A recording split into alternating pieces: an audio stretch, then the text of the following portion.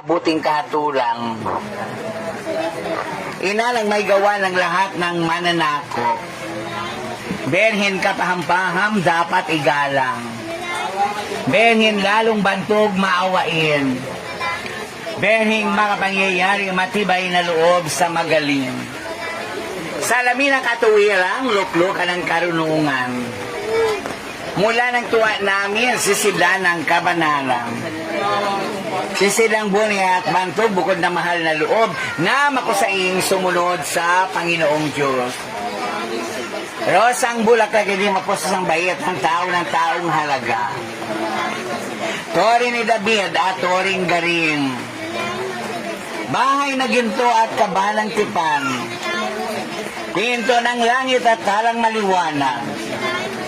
Mapagpagaling sa mga may sakit, pagsagdala ng mga taong makasalanan. Mapang-alin